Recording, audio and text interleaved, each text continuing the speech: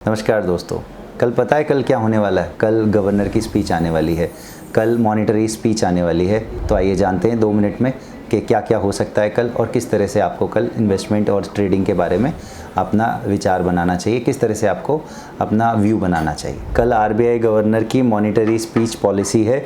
कल देखते हैं गवर्नर साहब रेट कट करते हैं या नहीं करते हैं, पॉज करते हैं, इन्फ्लेशन को लेकर उनका क्या नज़रिया है, तो ये सब हमको कल पता चलेगा।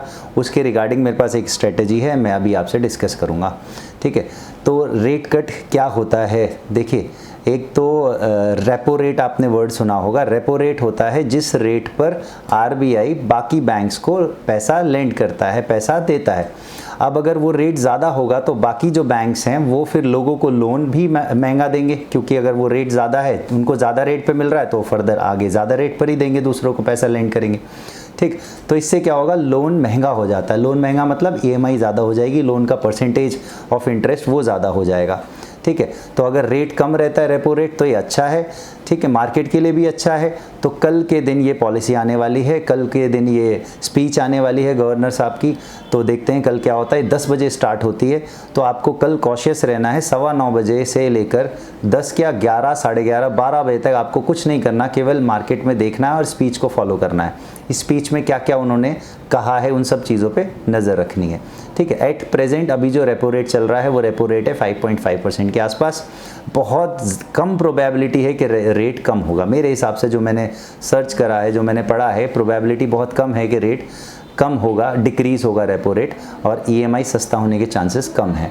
ठीक है, प्रोबेबिलिटी मेरे हिसाब से 30% चांस है। मैक्सिमम जगह मैंने यही पढ़ा कि रेपो रेट सेम रह सकता है, कांस्टेंट रह सकता है। तो रेपो रेट के साथ साथ आपको 3 और इम्पॉर्टेंट बातों पर ध्यान देना है स्पीच में। ठीक है, मॉनिटरी स्पीच बोलते हैं इसको। इसमें इन्फ्लेशन की बात क्या कर रहे हैं गवर्नर? ठीक है, इन्फ्लेशन के बारे में क्या कहा है, इन्फ्लेशन कंट्रोल में है या इन्फ्लेशन बढ़ रहा है, इन चीज़ों पर आपको ध्यान देना है। अगर इन्फ्लेशन कंट्रोल में है तो ये अच्छी बात है, मार्केट के लिए सेंटिमेंट्स अच्छे होंगे और मार्केट ऊपर जाने के चांसेस हैं अगले कुछ दिन तक।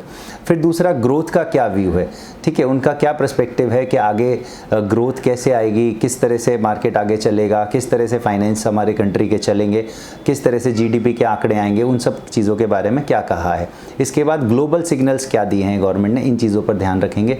हाँ, तो 2 पॉसिबल सिनेरियोज हो सकते हैं कि अगर कल रेपो रेट कम हुआ तो इससे क्या होगा? मार्केट खुश होगा, लोन कम होगा, ईएमआई कम होगा और मार्केट के ऊपर जाने के चांसेस है। अगले कुछ दिनों तक मार्केट इसको पचाने की कोशिश करेगा, इस न्यूज़ को। ठीक है, अगर रेपो रेट अनचेंज रहा तो मेरे लिए ये न्यूट्रल या नेगेटिव बात रहेगी। रेपो रेट कम होना ही चाहिए, मगर चांसेस इसके कम लग रहे हैं। तो कल आपको करना क्या है? 10 बजे से स्पीच शुरू होगी, आपको कोई ट्रेड नहीं लेनी, कुछ नहीं करना, आपको सिर्फ स्पीच को फॉलो करना है। और 12:30 बजे, 1 बजे के आसपास जब प्रेस कॉन्फ्रेंस हो जाए उसके बाद आपको देखना मार्केट किस डायरेक्शन में जा रहा है। मार्केट जिस डायरेक्शन में जा रहा है उसी डायरेक्शन में आपको ट्रेड लेनी चाहिए। कल के दिन, ऐसे दिन जिस दिन मॉनेटरी पॉलिसी आती है, स्पीच आती है गवर्नर की, उस दिन जो बैंक्स हैं और एनबीएफसीज हैं ये ज़्यादा रिएक्ट करते हैं। तो आपको इनके लिए भी कॉशियस रहना है, कोई भी ऐसी ट्रेड नहीं लेनी, कोई भी बैंकिंग सेक्टर से रिलेटेड आपको ट्रेड नहीं लेनी है। ठीक है, तो कल देखते हैं कल क्या होता है। बने रहिए मेरे साथ। मेरा नाम है डॉक्टर दीपक मलिक, द आई10 ट्रेडर, और मैं आपको अपने लाइव टेलीग्राम चैनल पर पल पल की अपडेट देता रहूँगा, किस तरह से क्या स्पीच में कहा गया है और किस तरह से मार्केट रिएक्ट कर सकता है।